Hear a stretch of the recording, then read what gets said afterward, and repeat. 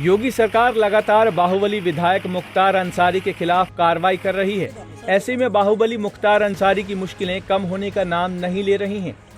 FCI की तरफ से आने वाली ब्याज की रकम को सरकारी खजाने में जमा करने का फैसला किया है।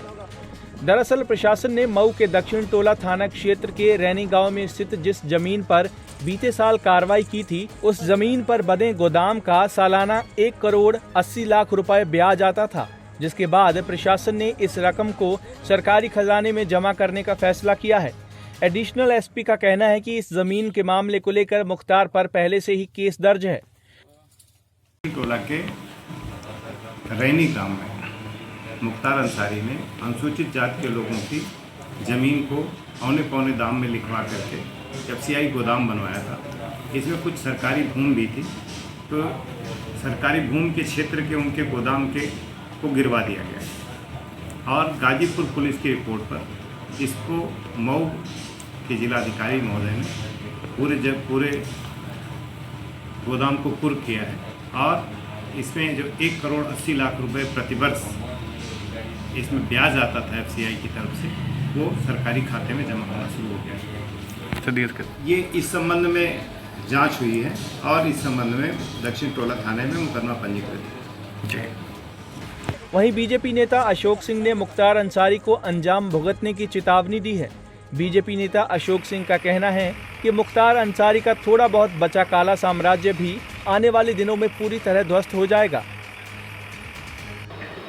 एफसीआई गोदाम जो गाजीपुर में भी है, इनका यहाँ भी है। गाजीपुर वाला सीज हो चुका है, तो पिछले जो डीएम साहब थे और कप्तान साहब, उन लोगों ने उस समय कार्रवाई की थी। जैसे गरीब वहाँ दलित हैं जिनकी ज़मीनें इन्होंने दबाव बनाकर ले लिया था, उसमें परमिशन भी नहीं लिया था, वो भी अवैध है।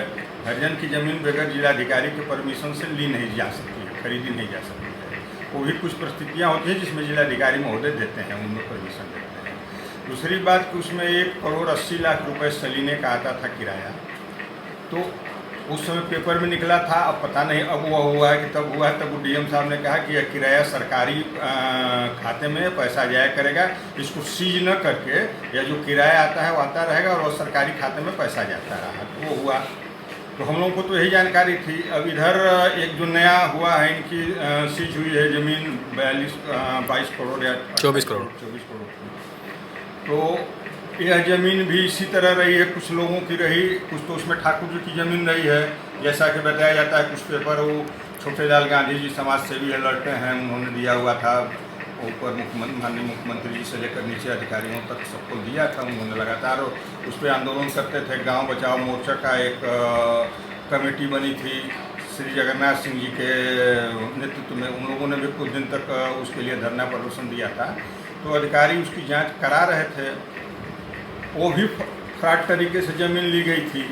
और जब गैंगस्टर एक्ट लगेगा किसी अपराधी पर, तो जो भी अपराध से कमाई गई प्रॉपर्टी है वह सरकार को कुर्क करने का अधिकार होता है। आपको बता दें कि लाखों की जिस जमीन पर मुख्तार अंसारी एंड गैंग कब्जा किए था, वो स्थानीय दलितों की थी। इस पर मुकदमा भी चल रहा था, लेकिन बाहुबली ने जमीन पर एफसीआई रेंज गोदाम बना लिया था। इसके बाद पिछले वर्ष तत्कालीन जिला अधिकारी के आदेश पर इस गोदाम को कुर्क करते हुए ध्वस्त करा दिया गया था। मऊ से जाहिद इमाम की रिपोर्ट। हमसे जुड़े रहने के लिए हमारे YouTube चैनल को सब्सक्राइब करें और नई वीडियो की नोटिफिकेशन के लिए बेल आइकॉन को दबाएं।